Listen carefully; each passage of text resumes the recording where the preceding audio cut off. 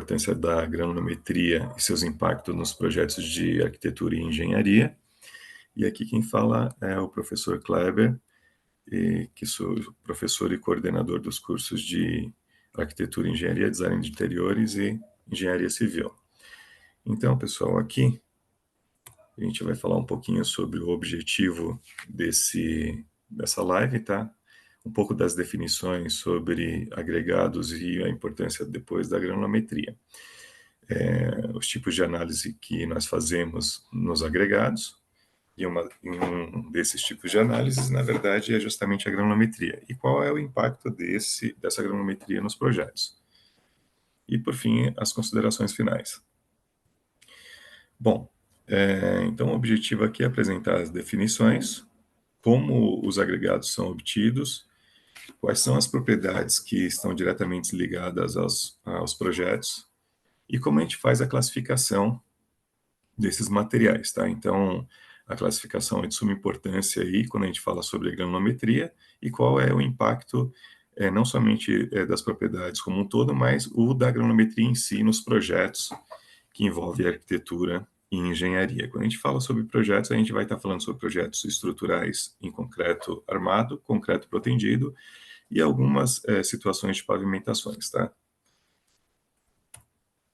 Então, antes de iniciar propriamente as informações sobre os agregados, a gente precisa entender o que são esses agregados. Então, os agregados são materiais granulares, sem forma ou volume definido. Geralmente, esses materiais são inertes. Por que geralmente? Porque normalmente quando a gente vai fazer a extração desse material, normalmente esse material ele já vem lavado, tá? E uma vez que esse material vem lavado, a gente tira muito das impurezas existentes neste material. Por isso que muitas vezes, e claro, toda vez que a gente vai fazer uma obtenção desse material, a gente vai tentar fazer a extração em ambientes que têm aí pouca probabilidade de influência de substâncias nocivas, que a gente vai falar um pouquinho mais adiante sobre esse assunto também, tá? Bom, então, além de ser geralmente inertes, devido ao tratamento que é dado antes desse material ser levado até as construções, também precisam ser analisados e avaliados, seja num laboratório que contratarmos, como também dentro do próprio canteiro de obras, tá? Então, antes da utilização desse material, é importante que a gente faça essa análise e essa avaliação. Então, a gente vai avaliar quais são as dimensões desses materiais e as características dele. Ele sempre tem que estar apropriado para o uso na construção civil. Então, hoje a gente precisa ter muito bem claro que todos os materiais que vamos empregar em qualquer tipo de construção, seja ela qual for, vocês vão entender um pouquinho mais adiante o porquê dessas informações e o porquê dessa importância, tá? Então, é de suma importância que a gente faça o controle de qualidade dos materiais antes mesmo deles serem empregados, porque a gente precisa assegurar que esse material não vá provavelmente ter alguma condição indevida no seu uso durante a vida útil de projeto dessa construção, tá? Então, quando a gente fala em agregado, a gente pode falar em agregado graúdo ou miúdo, tá? Como é que a gente define quando um material é graúdo ou quando ele é miúdo? Na verdade, tudo dentro da construção civil existem normas técnicas, tá? E essas normas técnicas, elas são desenvolvidas pela ABNT. Claro que existem as normas internacionais, mas nós seguimos aqui aquelas que são desenvolvidas pela ABNT. A ABNT não somente faz aqui a norma brasileira, como também ela expande essa normalização também para o Mercosul, tá? Então, existem várias empresas, vários profissionais atuantes no mercado, inclusive fornecedores que avaliam essas condições e o desenvolvimento para cada norma, inclusive a atualização dessas normas técnicas, tá? Inclusive a sociedade civil também, que utiliza dessas construções, acabam participando desse processo de avaliação, de atualização de normas, tá? Até mesmo para a sua criação. Então, normalmente, existe aí um comitê que desenvolve essas normas, tá? Então, a BNT foi definida pelo governo federal, que precisaria de um órgão que avaliasse as condições de desenvolvimento de normas, e aí foi criada, então, no Brasil, a ABNT. Inclusive, a ABNT desenvolve várias informações para que seja desenvolvido também o CUB, tá? E o CUB, por exemplo, um é uma medida que nós temos no mercado da construção civil, que é o custo, unitário básico aí dos materiais que são utilizados na construção civil, tá? E quem desenvolve, e protege isso são os é a Sinduscon, então o Sindicato da Construção Civil, tá? E ele tem aí como base, a ABNT. Então a ABNT define quais são os critérios necessários para que esse CUB exista, tá? Então a ABNT sempre vai estar intrínseca a tudo que é utilizado na construção civil. Inclusive aí o orçamento, tá? Quando a gente fala de CUB, quando a gente precisa fazer algum orçamento direto de alguma construção. Claro que existe a SINAP, existe, outros métodos para que a gente possa utilizar para poder fazer um orçamento, mas o CUB, quando, não temos aí especificidades de cada material, a gente pode estar utilizando aí o CUB para o metro quadrado da construção civil. Então existem, algumas classificações para esse CUB, mas, bom, enfim, é para que vocês entendam que a ABNT aí, ela está, envolvida em várias situações, inclusive no orçamento da construção civil. Então, a BNT ela define que o agregado miúdo é todo o material que fica retido entre a peneira 4,8 até a 152 milímetros, tá? Então, para que a gente saiba que um material ele é graúdo, ele tem que ficar retido aí nesta peneira 4,8, ou seja, tem que ter no mínimo aí 85% do material que é peneirado acima da peneira 4,8. E tudo aquilo que passa pela peneira 4,8, ou seja, precisa passar mais que 85% desse material pela peneira 4,8 para que ele seja considerado um material miúdo, tá? Aqui eu coloquei, por exemplo, a areia, que é um dos materiais que são mais utilizados aí na construção civil. Claro que existem outros agregados miúdos, tá? Tem a vermiculita, tem até o isopor, que é o EPS, que podemos utilizar aí como agregado miúdo. Só que também precisamos avaliar as condições desses materiais, tá? E como agregado graúdo, também temos aí a sinazita, a hematita, a bauxita, qualquer material que também seja pesado ou leve. E a gente vai verificar um pouquinho sobre essas situações mais adiante e aprofundar um pouquinho mais dessas informações, tá? Mas para que vocês tenham uma ideia, então o agregado miúdo é aquele material que fica retido na 4,8 na sua grande parte, e o agregado miúdo é aquele que passa pela 4,8 e fica retido na peneira 0,075. Tem duas vírgulas ali, mas na verdade é 0,075, não tem vírgula antes do 75 não, tá? Então, quando a gente fala agora em relação aos requisitos, quando é que eu defino o que, que é alguma coisa que é boa para o uso na construção civil? Então, existem alguns requisitos mínimos aqui, baseado na ABNT, tá? Claro que a ABNT, quando a gente fala sobre agregados, a gente está falando da 7211 de 2020, também como a 6118 que utiliza aí o concreto armado, tá? E como o concreto armado, na verdade, utiliza concreto, e o concreto ele utiliza do agregado miúdo e graúdo, independente da sua massa específica, a gente precisa entender que esse concreto, quando ele é utilizado para o concreto armado, ele precisa utilizar areia e brita, tá? Claro que a gente pode utilizar materiais pesados também para esse tipo de concreto, tá? Mas enfim, a gente vai falar, se aprofundar um pouquinho mais adiante. Então, para que a gente cumpra alguns requisitos do agregado, o primeiro deles é a granulometria, inclusive sua forma. Na verdade, ele não deveria ter forma, tá? Como foi dito lá na definição. Então, a granulometria, ela afeta diretamente qualquer tipo de projeto, tá? E a granulometria, ela afeta não somente a trabalhabilidade, quando a gente fala de concreto, como também no consumo de água e de cimento, tá? Então, dependendo do tipo de agregado que esteja sendo utilizado, se ele tiver, por exemplo, com uma certa umidade, se ele tiver seco, se ele for muito grande e não tiver, por exemplo, uma boa distribuição granulométrica, a gente vai ver um pouquinho mais adiante, isso pode afetar também o consumo da água, inclusive o consumo deste cimento, tá? Para que ele preencha todos os vazios, mas a gente vai se aprofundar um pouco mais adiante. Então, outro requisito importante também é a abrasão de Los Angeles. O que significa essa abrasão? É a capacidade de suportar o manuseio sem alterar as dimensões, ou seja, a sua granulometria. Então, uma vez que a gente tem o material, se eu pegar um material e raspar no outro, Se eu pegar uma brita e raspar na outra brita, ela pode, sofrer um desgaste, tá. Se ela sofrer esse desgaste, ela está sofrendo justamente pela abrasão, ou seja, pelo atrito. Então ela tem que ter a capacidade de, estar ali, se movimentando, mas suportar esse tipo de atrito sem mudar suas características.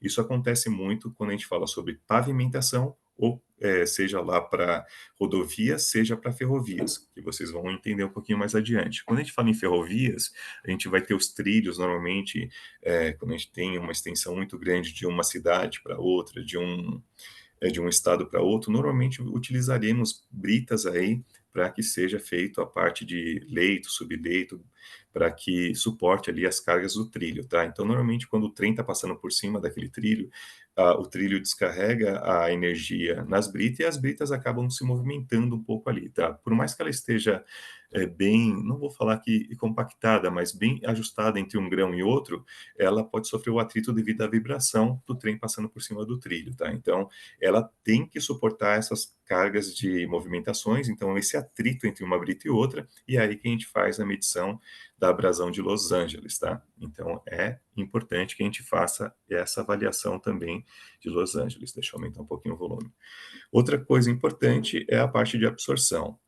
Normalmente quando eu estou fazendo um concreto, a brita e a areia, ela acaba, utilizando um pouquinho, absorvendo um pouquinho daquela água que eu estou utilizando, por exemplo, para fazer o amassamento do concreto.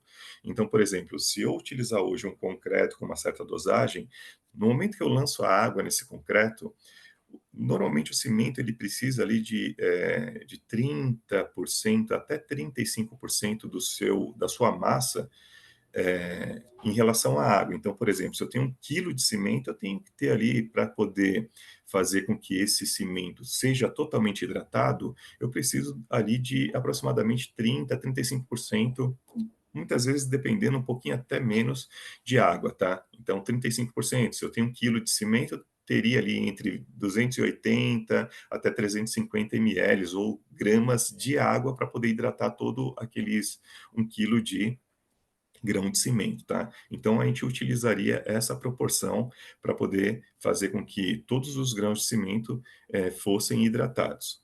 Só que quando a gente utiliza, por exemplo, os agregados, que é justamente eles que vão fazer o volume do concreto, porque se eu utilizasse só cimento ia ficar caro demais as estruturas, né? Então, para que a gente possa reduzir o custo, por exemplo, do concreto, a gente utiliza o agregado, porque é um material mais barato, ocupa um volume maior, inclusive ele é muito mais resistente do que o próprio cimento. Por que que eu falo que ele é muito mais resistente do que o cimento? Porque o cimento, na verdade, nós temos uma classificação. Nós temos ali o cimento Portland, de 32, 40, 25. Normalmente em obras nós utilizamos aquele CP, pode ser o E, pode ser o Z, pode ser o F, 32. Então o que que significa? Cimento Portland, ele é composto ali por alguma escória, ou filler calcário, ou pozolana, e que tem ali 32 MPa de resistência, tá? Só que ele nunca vai chegar nesse valor, por quê? Porque quando eu adiciono o agregado e se eu não tiver, por exemplo, um bom controle desse material, que seja os agregados, ele normalmente, se não for uma dosagem muito bem definida, muito bem preparada, projetada antes de ser executada, inclusive no momento da execução, tá? Isso pode mudar muito ali as características. Se eu utilizar, por exemplo, lá uma mistura de 1:2:3, ao invés de utilizar só 35% de água para hidratar o cimento, eu vou ter que utilizar mais água para poder ali hidratar o cimento. Por quê? Aqueles 35%, normalmente 10 vai ser absorvido ali, ou a areia vai roubar um pouquinho, a brita vai roubar um pouquinho, e o cimento vai deixar de hidratar. Então, para que isso não aconteça, a gente aumenta o volume da água para que ele tenha trabalhabilidade. O que significa trabalhabilidade? Eu conseguir misturar esse material e lançar esse material dentro de uma forma, por exemplo. Eu não posso, por exemplo, jogar um concreto dentro de uma forma se ele estiver muito seco, ou seja, com muita falta de água, ou seja, um material rígido, que falta água ali, está faltando consistência. Se eu adiciono mais água, a norma ABNT, por exemplo, 6118, fala que todos os projetos, o concreto ele não pode ter mais que 60% do volume de água em relação ao cimento. Então, se o cimento tem, por exemplo, estou utilizando 10 quilos ali, eu não posso utilizar mais que 6 quilos de água. Então, eu tenho que utilizar em torno de 50, 55, chutando o máximo ali 6 quilos, ou seja, 60% daquela água na mistura do concreto. Por quê? Quando a gente está fazendo concreto, para que ele seja maleável e eu consiga preencher um volume de uma forma, de um pilar ou de uma viga, ele tem que estar bem consistente, ele tem que estar bem maleável para que eu possa preencher e não existir vazios naquele pilar ou naquela viga, até mesmo na laje, né? Então, a gente precisa tomar muito cuidado com essa relação água-cimento. Então, quando eu estou fazendo concreto sem aditivo, eu tenho que adicionar mais água, porque eu sei que a brita vai tirar um pouquinho dessa água do cimento, a areia vai absorver, porque ele tem uma certa cavidade ali na superfície da areia que acaba sendo higroscópico e segurando um pouquinho dessa água. E por isso que muitas vezes a gente tem que tomar um cuidado muito grande quando essa areia ela está com muita água já, não adicionar os 60% de água, porque se ela já está com água, eu tenho que retirar daqueles 60% ou 55% ou 50% aquilo que já existe na água. Por isso que a gente tem que fazer também o controle de umidade da areia e da brita. Ainda mais se estiver chovendo e ela estiver exposta ao ar livre, né? Então, a gente precisa tomar muito cuidado com essa parte também da absorção. Então, a areia e a brita, ela acaba absorvendo, ou qualquer agregado, tá? Ele acaba absorvendo um pouquinho da água e tirando aquela água que deveria ser utilizada para hidratar o cimento. Bom, então esses são alguns cuidados, alguns requisitos que a gente tem que ter controle quando a gente fala sobre agregados, tá? Não somente esse, mas a gente vai se aprofundar um pouquinho também em outras situações. Bom, falamos um pouquinho sobre os requisitos, vamos falar um pouquinho sobre a obtenção desse material. A obtenção ela pode ser através de recursos naturais, então vai ter algumas jazidas onde eu vou tirar alguns tipos de brita, tá? Normalmente a gente vai tirar britas de granito ou de basalto, e normalmente são, quando vocês utilizam aquelas britas que são para o concreto, normalmente ou ela é granilítica, ou ela é basáltica, tá? Então a gente normalmente vai estar utilizando esses dois tipos de brita. E como eu falei anteriormente, o cimento Portland, aquele CP2E25, ou CP2E32, ou CPZ ou F40, ele chega no máximo ali até 40 MPa, que é a resistência máxima de um cimento, tá? Quando a gente pensa, por exemplo, em areia, é um quartzo. Esse quartzo normalmente ele tem uma resistência mínima de 70 MPa, chutando baixo, tá? E uma brita qualquer, ela tem aí, se eu for granilítica, em torno de 90, 100 MPa. Se for basáltica, 110, 120 MPa. Então vocês podem ver que o agregado em si é muito mais resistente do que o cimento. Por isso que ele é utilizado, por exemplo, para o concreto. Claro que não somente isso, quando a gente fala desses naturais, mas existem os artificiais também. Então, os artificiais eu posso estar utilizando eh, o EPS, que é o isopor, posso utilizar uma vermiculita, por exemplo, se for agregado miúdo, ou sinazita, se for um agregado graúdo. Posso estar utilizando também outros materiais, como o próprio hematita, bauxita, que são materiais mais pesados do que o agregado normal, tá? Então, a gente vai ter um agregado normal, o leve e o pesado. Então, dependendo do que a gente vai utilizar no nosso concreto, ou para qual é o fim desse concreto, a gente pode estar utilizando tanto materiais naturais quanto artificiais, tá? Os artificiais, eles podem ser considerados também aqueles quando a gente está utilizando o reuso ou a reciclagem de algum outro material. Então, quando o material ele é inerte, tem que ser inerte, tá? Porque ele não pode ter reações químicas com o uso da água ou do cimento. Então, quando a gente está fazendo aquela mistura do concreto, ele não pode ter reação química. Por isso que ele precisa ser inerte, tá? E é um cuidado que a gente tem que ter quando a gente vai fazer concreto. Então, quando a gente for falar assim, vou reutilizar tal material para utilizar no concreto para ser um concreto sustentável. Para o concreto ser sustentável, ele não pode ter reações químicas, porque se eu utilizar no concreto armado, tudo aquilo que tiver reação pode afetar diretamente o meu aço, seja ele o aço normal ou protendido, tá?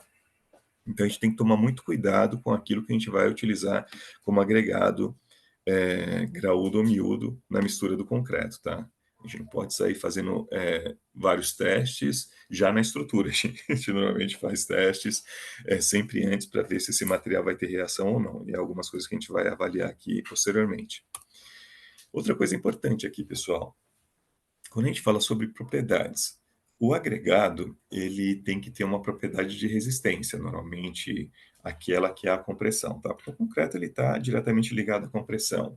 E quando a gente fala concreto armado, é o aço que vai resistir aí à parte de tração. Então, o agregado, ele é um material que tem que resistir à compressão. Normalmente, concretos leves, eles não são tão resistentes. Então, normalmente o concreto leve é para poder fazer algum tipo de fechamento e não ser utilizado para fins estruturais. A não ser que o material que esteja sendo utilizado ele seja realmente leve e muito resistente. Existe essa possibilidade? Existe. Já existem vários tipos de estudos aí que estão avaliando, por exemplo, madeira, fibra de madeira. E ela, por ser um material muito resistente, pode estar auxiliando também nesse processo. A gente já tem madeira transparente, a gente já tem, por exemplo, concreto transparente. Vai depender muito do tipo de material que está sendo utilizado na mistura do concreto, tá? Agora a gente só precisa saber se ele é para fins estruturais ou não. Então é aí que entra esses tipos de análise de propriedades, tá? Então, além da resistência à compressão, como eu falei anteriormente, o quartzo, que é a nossa areia que é utilizada para o concreto, ela tem uma resistência mínima aí de 70 MPa, tá? Quando a gente fala da brita, que vem do granito ou do basalto, ela já passa dos 100 MPa, 90 para cima. Então, ela já é um material de boa resistência. Se é hematita, bauxita, qualquer magnetita ou qualquer outro material ferroso, a gente sabe que ele tem uma resistência muito maior, só que ele é muito mais pesado. Então a gente precisa também avaliar essas condições. Outra propriedade importante é a estabilidade desse material. Então a gente precisa ter um material que ele não desagregue. O que significa se desagregar? É pegar o material e ao atrito, por exemplo, ele, se deformar. Então, a gente não pode deixar esse material se esfarelar facilmente, desagregar, separar facilmente, tá? Então, a gente não pode utilizar esse tipo de material. Então, a gente precisa evitar. Por isso que a gente faz o ensaio lá de abrasão, para a gente ter certeza que ele vai ter a sua estabilidade. Bom, agora, aquele foi apenas alguns tratamentos em relação à parte de propriedades, tá? Agora, a gente precisa entender também quais são os aspectos que podem ser nocivos nos materiais. Bom, quando a gente faz a extração, a obtenção dos materiais, então a gente vai lá numa jazida qualquer e vai fazer a extração do material, ou vai extrair areia. A gente precisa tomar cuidado, porque a areia ela pode vir com, falando de forma mais simplória, ela pode vir com barro, terra, na verdade solo, tá, pessoal? A forma técnica de avaliar a situação. Então, se ela vier com terra, na verdade, aquele solo, a gente vai ver na parte de granulometria a importância de saber o nome específico dessas informações e não falar terra, barro, mas sim o solo em si.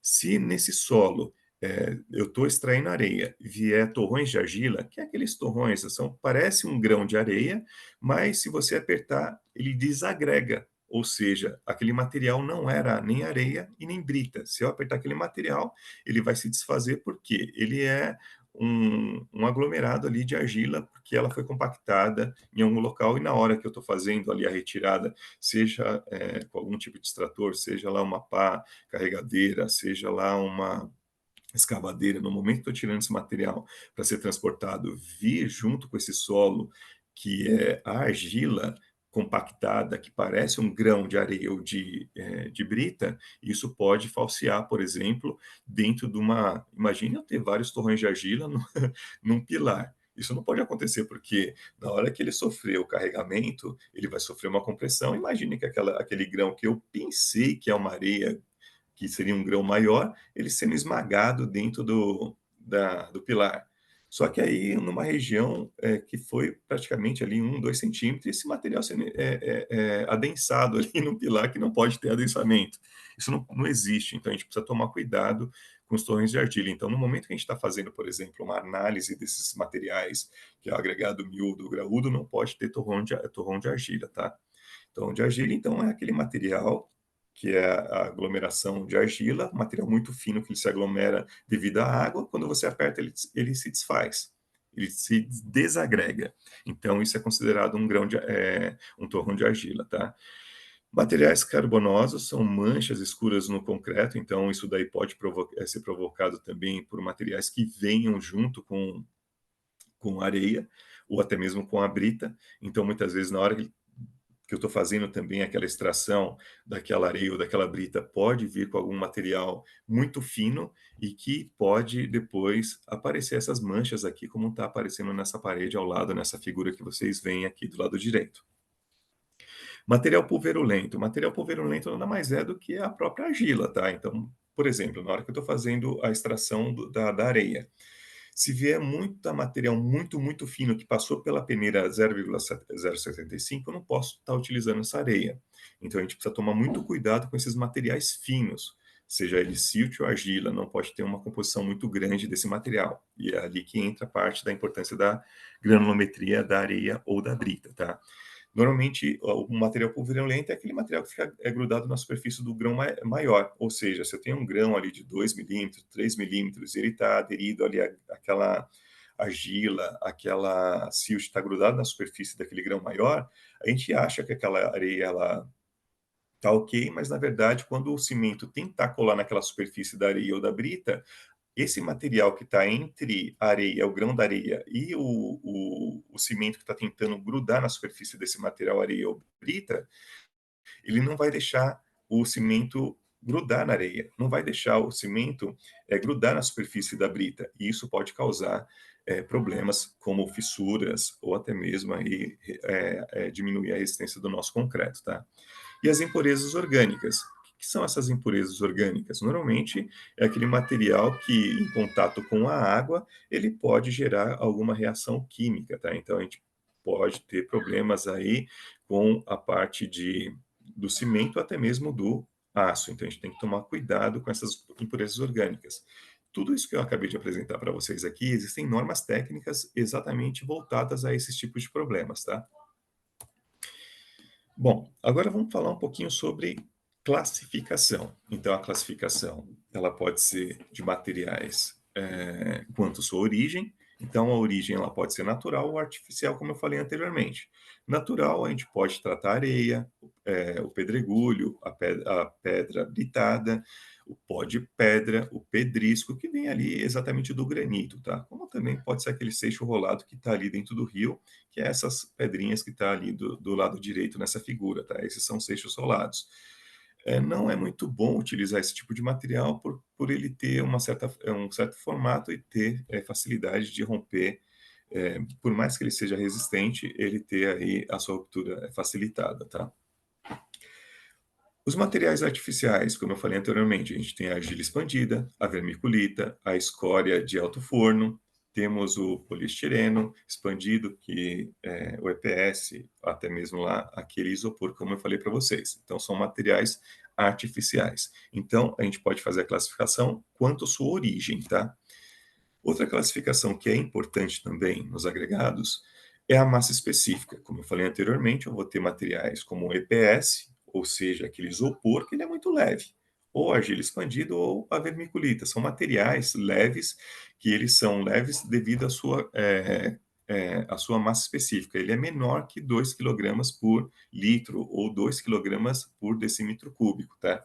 Então, quando a gente considera ou é classificado como leve quando ele tiver valores menor do que 2. Agregados normais. Então, os agregados normais é quando a massa específica desse material está variando entre 2 e 3 quilogramas por litro, que aí é a nossa pedra britada, que vem lá do granito, ou do basalto. Normalmente, eles têm ali em torno de 2,6, 2,7 quilogramas por litro, tá? Ou quilogramas por decímetro cúbico. E quando a gente fala sobre materiais pesados, é quando esse material tem aí a sua massa específica maior do que 3 quilogramas por decímetro cúbico. É o caso da barita, magnetita, hematita, todos os materiais ferrosos, como eu falei para vocês, que também podem ser utilizados em concreto. Normalmente a gente utiliza isso daí para fins de barragens, quando a gente está utilizando esses tipos de materiais, como hematita, por exemplo, em hospitais. Se eu quiser, por exemplo, barrar aquele problema de radiação, quando a gente está tirando aquele raio-x, normalmente a gente vai fazer uma parede ali com concreto pesado para evitar aquela radiação em outros ambientes dentro do hospital. Aqui, pessoal, entra propriamente dito na classificação em relação à dimensão, que é justamente a parte de granulometria, tá? Então, vem a parte importante aqui do tamanho dos grãos. Coloquei até uma figura aqui, claro que para ilustrar um pouquinho o tamanho dos grãos ali do lado, a gente tem as britas maiores, as britas menores e também os grãos de areia, tá? Qual que é o melhor material para um concreto? Vai depender muito de cada projeto e a gente vai falar um pouquinho mais adiante, tá? Mas a gente sempre, quando a gente for comprar um material, a gente precisa verificar qual é o tipo de granulometria desse material. Então, a granulometria ela está ligada exatamente entre agregados graúdos e miúdos. Então, a gente vai classificar primeiro esse material. Se ele é miúdo, então ele vai ter aí uma porcentagem retida de 85% do material, então vou pegar as peneiras 4,8 até a 0,75. Se ficar 85% desse material retido entre essas duas peneiras, eu defino esse material como agregado miúdo.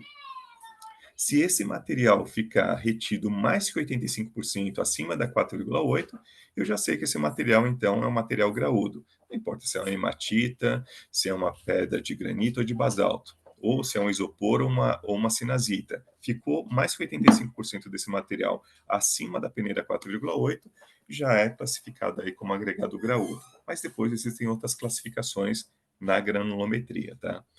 Então, na parte de materiais de construção civil, a gente precisa entender que a gente tem materiais de construção civil e mecânica dos solos. Quando a gente está trabalhando com solos, existem uma nomenclatura e algumas informações um pouquinho diferentes quando a gente vai fazer a classificação granulométrica, tá? Mas quando chegar no gráfico, eu vou apresentar para vocês. Então, a nomenclatura, por exemplo, a gente está tratando de materiais de construção civil, a gente vai ter aqui algumas situações. Então, quando o material é menor do que 0,075 milímetros, quer dizer que isso daqui é um filler, tá? Não importa se ele é de calcário, se ele é de barita, não importa qual é o material. O importante é que se ele é menor do que 0,075, então esse material é classificado como filler. Como eu falei anteriormente, a gente está tratando de materiais de construção civil utilizados para concreto armado, concreto protendido, pavimentações. Então, aqui a gente está falando sobre materiais de construção civil e não mecânica de solos, tá?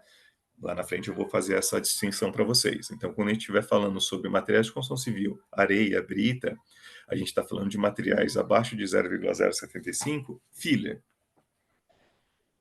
Quando ele está entre 4,8 e 0,75, areia. Mas existem também algumas classificações nesse intervalo, tá? E depois, quando ele está acima de 4,8, a gente vai tratar esse material como cascalho, pedregulho ou seixo rolado. Mas vai existir outras classificações também. Então, essas classificações estão aqui embaixo, por exemplo, no caso de brita. Brita 0 é quando ela está no intervalo de 9,5 a 4,8. Brita 1, 19 a 9,5. Ou de 9,5 a 19. Não importa, ela está nesse intervalo, tá? E assim a gente vai fazendo as classificações dos materiais. Normalmente, nos concretos armados, nós utilizamos brita 0, brita 1, brita 2, no máximo aí brita 3, tá? Brita 4, brita 5 é quando a gente está utilizando esses rachões para concreto pesado ou ciclópico, tá? E são estruturas grandes e a gente precisa aí de um volume maior de brita para diminuir o aquecimento daquele concreto, porque o cimento ele esquenta quando ele está tendo suas reações químicas da transformação ali, quando dá o início de pega, que ele começa a ter as reações, deixa de ser um grãozinho de cimento seco e começa a hidratar aquele material, ele passa a ter o início de pega, que tem que ser acima de 1 hora, e posteriormente ali, no máximo, até de 1 até 10 horas é o tempo que ele pode estar ali no tempo de pega, tá? Tendo suas reações químicas para depois iniciar a cristalização e depois o endurecimento. Enfim, aqui, então, é para a gente entender como é que funciona essa classificação entre materiais miúdos e graúdos. Quando a gente entra na parte de miúdo, a gente tem uma classificação muito importante. Essa classificação muito importante, ela é na parte de miúdo, ela vai tratar, por exemplo, se a gente estiver falando sobre areia, tá?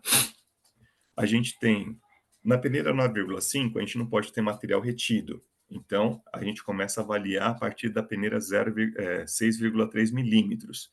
Então, tudo que tiver de abertura aqui é em milímetros, tá, pessoal? Que eu esqueci de colocar a legenda aqui na parte inferior. Mas o 9,5 milímetros, 6,3 milímetros, 4,8 milímetros e assim por diante. Então, ela vai estar variando aqui exatamente nessas situações. E a gente vai ter 4 zonas distintas. A zona de areia muito fina, quando estiver falando do miúdo, areia, tá?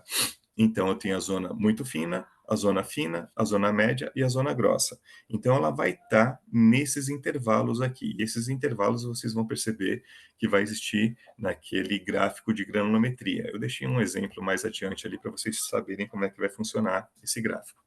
Então, a gente vai ter esses intervalos, por exemplo, na areia muito fina, tudo vocês podem ver que começa no zero, ou seja, 6,3, 4,8, 2,4, 1,2 e 0,6. Até esse momento, todas elas podem partir do zero, só que também tem um limite máximo, então ela vai estar 3, 5, 5, 10, ali a porcentagem que está ficando retida nessas peneiras, tá? Depois na zona fina, também de zero na 6,3 até 1,2. E as porcentagens retidas aqui, na verdade acumulada ou retida, a gente pode avaliar isso no gráfico. Então, ela vai de 0 a 7, 0 a 10, então aqui é o intervalo para poder a gente saber, para que ela esteja classificada como fina, ela tem que estar exatamente nessa classificação entre 0 e 7, então nesse intervalo, para a zona média e zona grossa. A mesma coisa acontece aqui para a situação do agregado graúdo. Se estivermos falando aí da pedra britada ou a brita em si, imagine que seja de granito. Então, ela vai ter algumas variações, da brita 0, brita 1, brita 2, brita 3 e brita 4. E aqui em cima, onde está 64, 50, 38, 32, também em milímetros, tá, pessoal?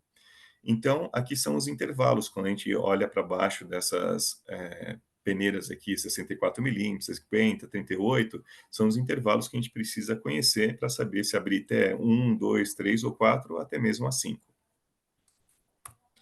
E aqui que chega a importância do nosso gráfico. Deixa eu ver se eu consigo fazer aqui, pintar esse gráfico aqui. Então, imagine que eu tenha lá que fazer uma análise do gráfico. Então, deixa eu ver onde está meu mouse aqui. Então, imagine aqui que essa aqui seja para uma areia. Então, vou ter um intervalo dessa areia mais ou menos desse jeito. Imagine que aqui é o intervalo que a gente tinha visto lá para areia muito fina. E aí, essa areia vai ficar mais... Não, desculpa, não é. Deixa eu apagar isso daqui. Na verdade, é outra situação.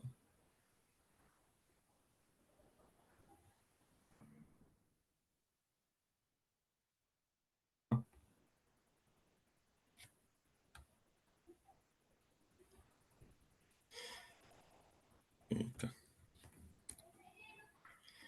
Então, imagine que isso daqui seja um gráfico que eu obtive, por exemplo, de uma areia.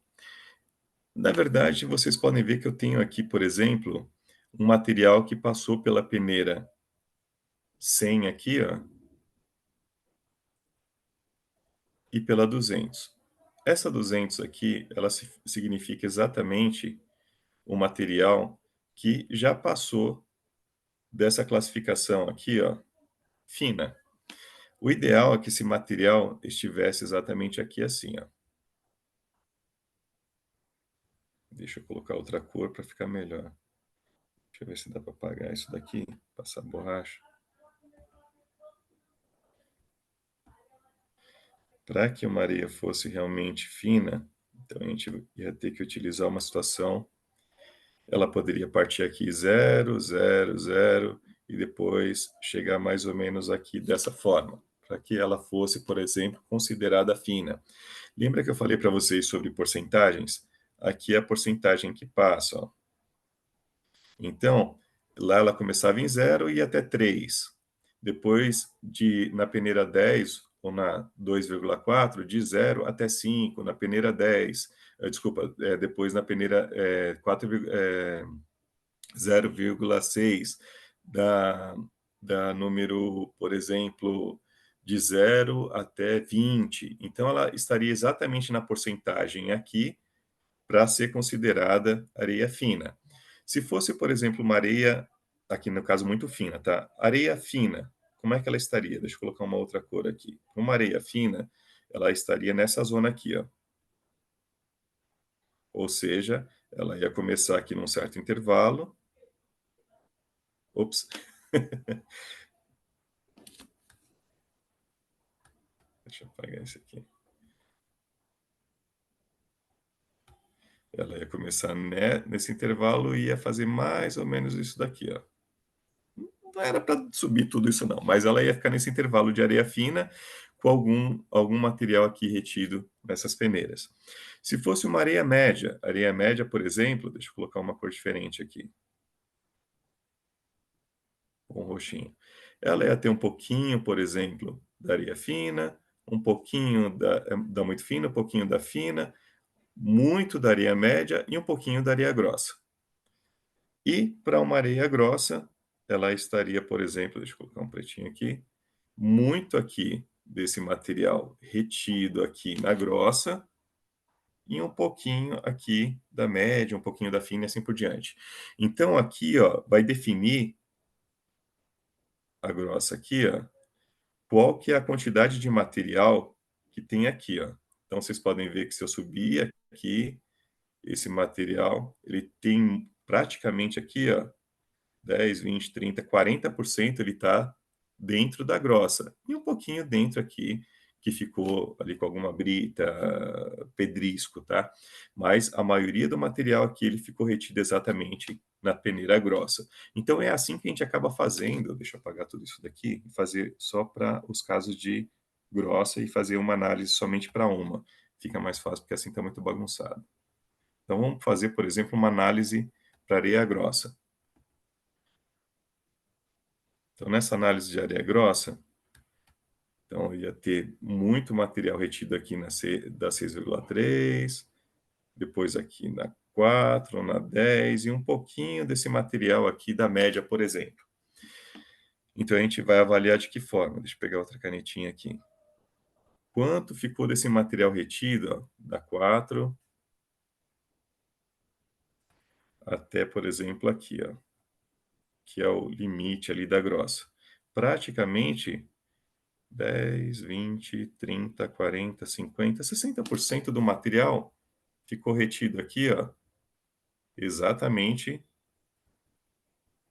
aqui, que é o material grosso. Então a gente vai fazer a avaliação dessa granulometria dessa forma. Então, isso também vale para média, isso também vale para fina. Então a gente vai fazer essas análises justamente para saber onde ficou a maior parte do material retido. Então, é claro que a gente seguindo com aquelas características do material, imagina aqui, ó, na areia fina, a maioria do material estaria exatamente aqui nesse intervalo, e um pouquinho aqui dos demais. Então, ia fazer a mesma análise. Deixa eu pôr uma caneta vermelha aqui para puxar. Então, ó, como a minha fina está exatamente aqui nesse intervalo, então é daqui e ela veio totalmente até esse material. Então, 82% desse material está exatamente no intervalo da areia fina. Se eu vier agora, por exemplo, deixa eu pegar aqui, até aqui em cima. Então, todo o material está aqui, ó.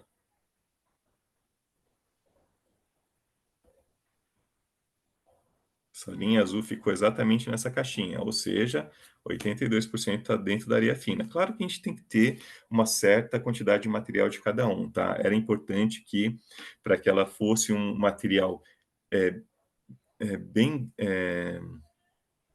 bem graduado, ela ia ter que ter um pouco de cada material, tá? Mas eu coloquei assim essa porcentagem para vocês verem que a quantidade maior aqui está na fina. Mas como ela deveria ser para ser utilizada nos projetos? Deixa eu não extrapolar muito tempo.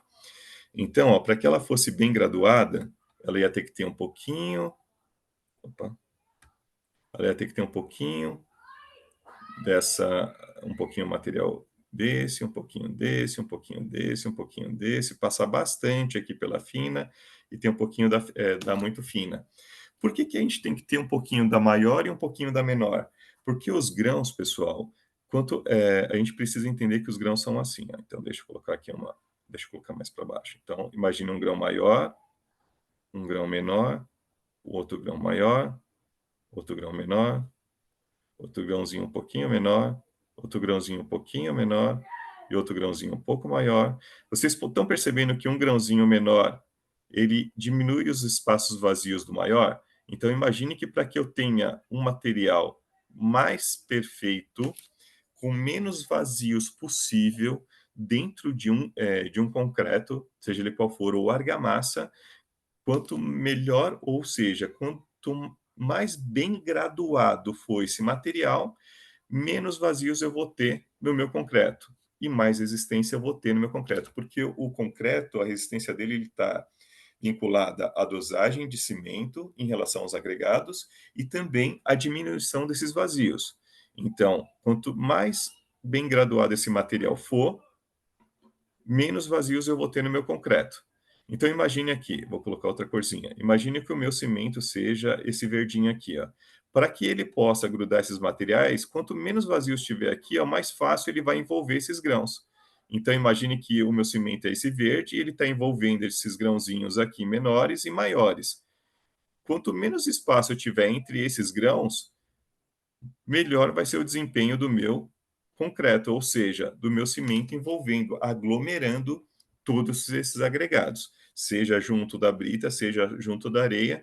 Então, se ele for muito bem graduado, tanto a brita quanto o nossa areia, quanto melhor essa graduação, melhor é o desempenho do nosso concreto. Então, a granulometria, ela tem a sua importância justamente por isso. Quanto melhor graduada ou bem graduada, melhor será o desempenho do meu concreto. Isso não serve somente para o concreto armado, como também para o concreto protendido. Isso também serve para pavimentações. Então, vamos lá. Quando a gente está falando sobre dimensionamento, por exemplo, para lajes, vigas ou pilares, ele está diretamente ligado ao tamanho do grão, tá? Então, imagine que eu vou fazer ali um projeto de concreto, ele está ligado exatamente com. Deixa eu tirar esse celular daqui que está fazendo muito barulho. Isso está atrapalhando, provavelmente o pessoal está me mandando WhatsApp durante a live, mas tudo bem. Então, é importante que a gente saiba que o tamanho do grão vai influenciar em relação às minhas armações e em relação às bainhas do meu concreto protendido, porque eu preciso saber qual é a diferença desse ezinho aqui, ó, e desse ezinho aqui. Porque a brita vai ter que passar nesse espaço aqui entre as armações. Então, esse espaço aqui, ó, eu não posso ter uma brita maior, porque se a brita maior ficar aqui, ó, e a outra ficar aqui, e ficar um espaço vazio entre esse. Deixa eu mudar a cor aqui. Entre essa armação, se ficar vazios aqui, eu vou ter bicheira e eu vou ter menos resistência, e a gente vai ter fissuras e trincas e até mesmo colapso da nossa estrutura, aonde faltou, por exemplo, o preenchimento entre as armações. Então, a granulometria dos materiais a gente tem que ter. Então, quando eu falei para vocês, vou utilizar a brita 1 no meu concreto armado, eu preciso entender que se aqui tiver mais do que 20 milímetros, a brita 1 ela vai ter normalmente ali o diâmetro máximo característico de 2,5, mas normalmente isso ocorre em 5% do material que foi utilizado na brita 1, tá? Se eu utilizar, por exemplo, uma brita 2, então esse intervalo aqui entre uma barra de aço e outra, ela tem que ter no mínimo 30 milímetros, tá? Porque o diâmetro da brita 2 é de 25 milímetros. Então a brita precisa passar com folga aqui entre essas duas barras de aço. E se eu estiver fazendo concreto protendido, eu preciso saber que também, se tiver alguma bainha passando aqui nessa viga ou nessa laje, eu preciso saber que, imagine que exista aqui uma bainha e ela está passando exatamente nesse espaço aqui, ó. Eu preciso saber qual que é a diferença entre essa barra e essa bainha que está passando meus fios e cordões aí, por exemplo, de aço protendido. Será que minha brita vai passar exatamente nesse espaço aqui, ó? Então eu tenho que saber qual é a dimensão entre esses espaços da bainha das minhas barras entre as barras, inclusive o espaçamento entre a forma e a barra. Então, a gente precisa tomar cuidado também com os espaçadores. Então, eu não posso colocar, por exemplo, na minha forma, um espaço menor que 2,5 aqui, por exemplo, tá? Vai depender também da agressividade do ambiente. Então, quando a gente está falando sobre concreto protendido, a gente tem que ter um espaçamento aqui, ó, entre a forma que está aqui fora e o espaçador que vai ficar aqui, ó. Na verdade, a gente vai envolver aqui essa barra, tá? E a gente tem que ter esse espaço aqui, ó, de 2,5, 2, entre a forma e a barra, para que a brita passe ali no meio, tá? Então, se for de 2 centímetros, 20 milímetros ali entre a barra e a forma, eu não posso utilizar uma brita 2. Se for de 30 milímetros, aí eu posso utilizar a brita 2. Viram a importância da granulometria nos projetos de concreto armado e protendido? É justamente essa situação. Se eu estou, por exemplo, agora, claro, eu não coloquei aqui a parte de pavimentação, tá? Mas imagine que eu tenha um trilho aqui e eu tenho aqui, na verdade, o eixo do meu vagão que vai estar passando em cima desse trilho, tá? As britas, normalmente, ela vai ficar aqui na parte inferior. Então, normalmente as britas vão ficar aqui embaixo. Ela tem que ser bem graduada justamente para que uma brita aqui apoie exatamente a outra. E quando esse vagão desse trem passar por cima desse trilho e o trilho comprimir essas britas, ela apoie por igual e ela não sofra tanta abrasão e ela suporte esse carregamento ao longo do tempo. Então, quanto mais bem graduado for esse material, melhor vai ser o suporte para o nosso também leito ou subleito aí das nossas pavimentações de ferrovias. Isso também serve para rodovias também, tá? Então, imagine que eu tenho um pneu de um caminhão aqui, ele vai comprimir meu asfalto, ou concreto asfáltico, ou concreto convencional, e as britas que tiverem aqui embaixo, por exemplo, para minha base ou subbase, ela também vai sofrer uma compressão. Então, se ela estiver bem graduada, ela vai responder aí ao suporte dessa superestrutura, tá?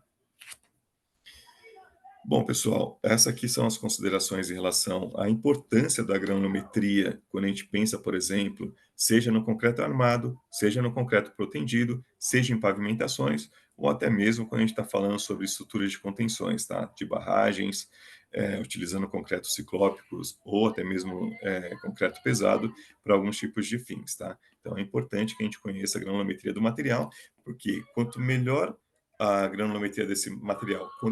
Quanto melhor ele ser bem graduado, melhor vai ser aí o desempenho do concreto armado, do concreto protendido, ou do leito, ou da base ou subbase das pavimentações. Claro que existem outros projetos também, como o caso que eu falei para vocês, de paredes, por exemplo, de hospitais, quando a gente quer evitar a radiação. Quanto melhor a graduação, quanto bem graduado esse material for, mais bem encaixado vai ficar ali os grãos entre um e outro, tá? Aqui foi as duas normas que eu utilizei principalmente para poder falar para vocês sobre esses assuntos. E aqui, meu muito obrigado àqueles que participaram dessa live e dessa importância da granulometria.